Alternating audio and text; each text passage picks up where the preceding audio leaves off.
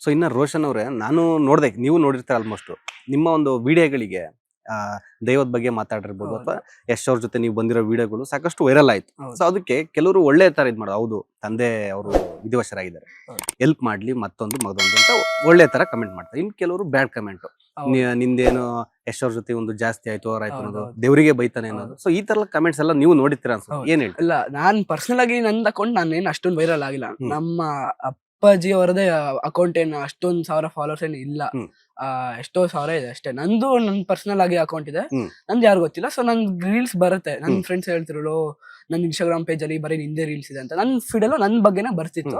ನಾನು ನೋಡಿದೆ ಎಷ್ಟೊಂದ್ ಜನ ಸಾಂಗ್ ಹಾಕಿ, ನಾನು ಯಶ್ ಮಾಮನ್ ಕೈ ಇಟ್ಕೊಂಡು ನಡೆಯೋ ಫೋಟೋ ವಿಡಿಯೋ ಎಲ್ಲ ಹಾಕಿ, ಮತ್ತೆ ನಾನು ಹಾಸ್ಪಿಟಲ್ ನನ್ನ ಫ್ರೆಂಡ್ ಹತ್ರ ಮಾತಾಡ್ತಿರೋ ವಿಡಿಯೋ ಎಲ್ಲ ಹಾಕಿ ದೇವ್ರದ ಬಗ್ಗೆ ಎಲ್ಲ ಹಾಕಿದ್ರು. ಇಲ್ಲ, ನಾನ್ ಯಾಕೆ ದೈವ ಬಗ್ಗೆ ಮಾತಾಡಿ, ಫಸ್ಟ್ ಆಫ್ ಆಲ್ ನಾನು ನೆಕ್ಸ್ಟ್ ದಿನ ನಾವು ಊರ್ಗ್ ಹೋಗಿ ಸೂತ್ಕ ಮುಗ್ದಾದ್ಮೇಲೆ ದೇವಸ್ಥಾನಕ್ಕೆ ಹೋದ್ವಿ. ನಾನು ಅಲ್ಲಿ ಕ್ಷಮೆ ಕೇಳಿದೆ, ಹಿಂಗೆ ದೇವ್ರು ದೈವ ಎರಡು ತಪ್ಪಾಯ್ತು, ನಾನು ಹಿಂಗ್ ಮಾತಾಡಿದೆ, ಇವಾಗ ಆಗೋಯ್ತು, ನಾನು ಇವಾಗ ನಿಮ್ ಬೈದ್ರು ನಮ್ಮ ಅಪ್ಪ ವಾಪಸ್ ಬರೋದು ಇಲ್ಲ, ಯಾಕಂದ್ರೆ ಆಯ್ತಲ್ಲ, ಸುಟ್ಟು ಆಯ್ತು, ಎಲ್ಲ ಆಯ್ತು. ಇವಾಗ ನನ್ ಜೀವನ ಏನಾದ್ರು ಒಳ್ಳೆ ನಡ್ಸ್ಕೊಡು, ನಾವ್ ಅಪ್ಪಂಗ್ ಒಳ್ಳೆ ಹೆಸರು ತರೋ ತರ ಮಾಡ್ಕೊಡು, ನಾನು ಕ್ಷಮೆ ಕೇಳ್ತೀನಿ ಅಂತ ಕ್ಷಮೆ ಕೇಳಿ ಬಂದೆ ದೈವಸ್ಥಾನ ಎರಡರಲ್ಲೂ.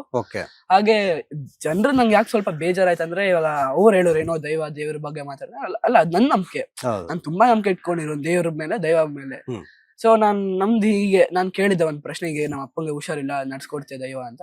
ಅವ್ರು ಹೇಳಿದ್ರು, ಇಲ್ಲ ನಾನಿರೋ ತನಕ ಆಲ್ರೆಡಿ 3 ತಿಂಗಳ ಹಿಂದೆ ನಿಮ್ಮ ಅಪ್ಪ ಹೋಗ್ಬೇಕಿತ್ತು ಕಂಟಕದಲ್ಲಿ, ಅವ್ರು ಮಾಡಿರೋ ದೈವಾರಾಧನೆಯಿಂದ ನನ್ನ ದೈವ ಕಾಪಾಡ್ಕೊಂಡ್ ಬಂದಿದೆ, ನಾನು ಕಾಪಾಡ್ಕೊಂಡು ಹೋಗ್ತೀನಿ. ಬಟ್ ಅವ್ರಿಗೆ ಮೈ ಕೈ ಎಲ್ಲ ಊದಿದ್ಯಾ ಅಂತ ಅವ್ರು ಕೇಳಿದ್ರು ಪ್ರಶ್ನೆ. ಹೌದು ಅಂತ ಹೇಳಿದ್ರು ಅವ್ರು, ನಾನು ಕೇಳದೆ ಹೇಳಿದ್ರು, ಇಲ್ಲ ನಾನು ನಡೆಸ್ಕೊಡ್ತೀನಿ ಅಂತ ಹೇಳಿದ್ರು.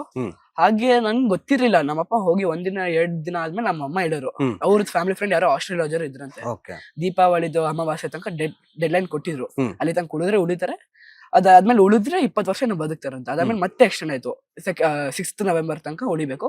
6th ನವೆಂಬರ್ ಕಳೆದು 7th ನವೆಂಬರ್ ಬಂದ್ರೆ ಇನ್ನ 20 ವರ್ಷ ಆರಾಮಾಗಿ ಬದುಕ್ತಾರೆ, ಏನೂ ತೊಂದ್ರೆ ಇಲ್ಲ ಅಂತ. ಬಟ್ ನೀವ್ ಟೈಮ್ ನೋಡಿ, ಕರೆಕ್ಟ್ ಆಗಿ 6th ನವೆಂಬರ್ಗೆ ಅಪ್ಪ ತೀರ್ಕೊಂಡ್ರು.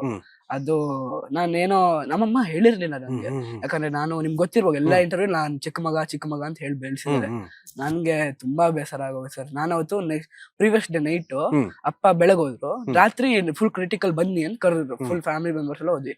ನನ್ ಕಣ್ಣಲ್ಲಿ ನೀರ್ ಹಾಕೋಬಿಟ್ಟೆ ನಾವು ಅಪ್ಪನ ಮುಂದೆ, ಹೀಗೆ ಆಯ್ತು ಅಂದ್ಬಿಟ್ಟು.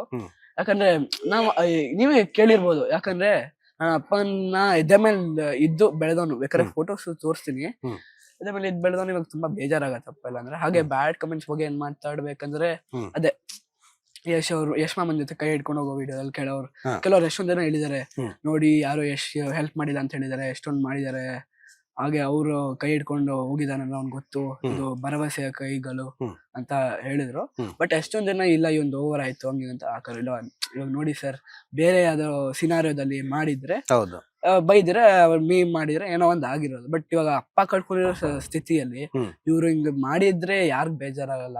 ಇವಾಗ ನಾವ್ ಆಲ್ರೆಡಿ ಪರ್ಸನಲ್ ಆಗಿ ಯಾವುದೋ ನೋವಲ್ಲಿ ಹೋಗ್ತಾ ಇರ್ತೀವಿ, ಅದ್ರ ಮೇಲೆ ಇವ್ರು ಹಿಂಗ್ ಬಂದ್ ಮಾಡಿದ್ರೆ ಇನ್ನ ತುಂಬಾ ಬೇಜಾರಾಗತ್ತೆ ಅಂತ ಹೇಳಕ್ ಇಷ್ಟಪಡ್ತೀನಿ. ಸೊ ಅದೇ ಅದ್ರಲ್ಲಿ ಏನಂದ್ರೆ ನಿಮ್ದೇನಿರಲ್ಲ, ನಿಮ್ ಸ್ಟೇಟ್ಮೆಂಟ್ ಎಲ್ಲ ನಿಮ್ದೇನ್ ತಪ್ಪಿರಲ್ಲ. ಸೊ ಅವತ್ತು ನನ್ ನಿಜ ತಲೆ ಏನು ಓಡಿಲ್ಲ ಸರ್, ಯಾಕಂದ್ರೆ ನಾನು ಯಾವತ್ತು ನಮ್ಮ ಅಪ್ಪ ಇಷ್ಟ ಬೇಗ ಹೋಗ್ತಾರೆ. ನಾನು 10th ಕ್ಲಿಯರ್ ಮಾಡಿಲ್ಲ ಸರ್, ನಾನು ಇನ್ನ ಟೀನೇಜ್, ಸ್ಟಾರ್ಟಿಂಗ್ ಆಫ್ ಟೀನೇಜ್ ಅಲ್ಲಿ ಇದೀನಿ.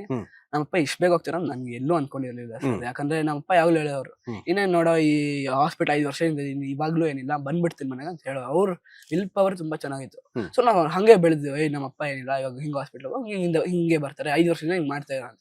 ಸಡನ್ ಆಗಿ ಬೆಳಗ್ಗೆ ನಮ್ಮಮ್ಮ ಫೋನ್ ಮಾಡಿ, ಇಲ್ಲ ಅಪ್ಪ ಇಲ್ಲ ಹೋಗ್ಬಿಟ್ರು ಅಂತ ಹೇಳಿದಾಗ ನಾನು ನಂಬ್ಲಿಲ್ಲ. ಶಾಕ್ ಅಲ್ಲಿ ನನ್ನ ಫ್ರೆಂಡ್ ಮನೆಗೆ ಹೋಗಿ ಅವನ್ನ ಕರ್ಕೊಂಡು ಬಾರೋ ಅಂತ ಅವ್ನ್ ಕರ್ಕೊಂಡು ಹೋದ್ವಿ. ನಾನು ನಮ್ಮಪ್ಪನ್ ಫಸ್ಟ್ ಹಾಸ್ಪಿಟಲ್ ಅಲ್ಲಿ ನೋಡಿದಾಗ ಅವ್ರು ಹೆಂಗಿದ್ರು, ಪ್ರೀವಿಯಸ್ ನೈಟ್ ಹೆಂಗ್ ಮಲ್ಕೊಂಡಿದ್ರು ಹಂಗೆ ಮಲ್ಕೊಂಡಿದ್ರು. ಬಟ್ ಆಮೇಲೆ ನೋಡಿ ಅವ್ರನ್ನ ಮಾತಾಡ್ಸಿ ಕೈ ಮುಟ್ಟಿದಾಗ ಗೊತ್ತಾಯ್ತು ಇಲ್ಲ ಅಂದ್ಬಿಟ್ಟು, ಅವಾಗ ತುಂಬಾ ಬೇಜಾರಾಯ್ತು ಅಂತ ಹೇಳಕ್ ಇಷ್ಟಪಡ್ತೀನಿ. ಲೇಟೆಸ್ಟ್ ಹಾಗೂ ಇಂಟ್ರೆಸ್ಟಿಂಗ್ ಸುದ್ದಿಗಳಿಗಾಗಿ ಬಾಸ್ ಟಿವಿ ಕನ್ನಡ ಚಾನೆಲ್ ನ ಸಬ್ಸ್ಕ್ರೈಬ್ ಮಾಡಿ, ಹಾಗೆಯೇ ಬೆಲ್ ಐಕಾನ್ ಪ್ರೆಸ್ ಮಾಡಿ. ಇದರ ಜೊತೆಗೆ ಫೇಸ್ಬುಕ್, ಇನ್ಸ್ಟಾಗ್ರಾಮ್, ಎಕ್ಸ್ ನಲ್ಲೂ ಮಿಸ್ ಮಾಡದೆ ಫಾಲೋ ಮಾಡಿ.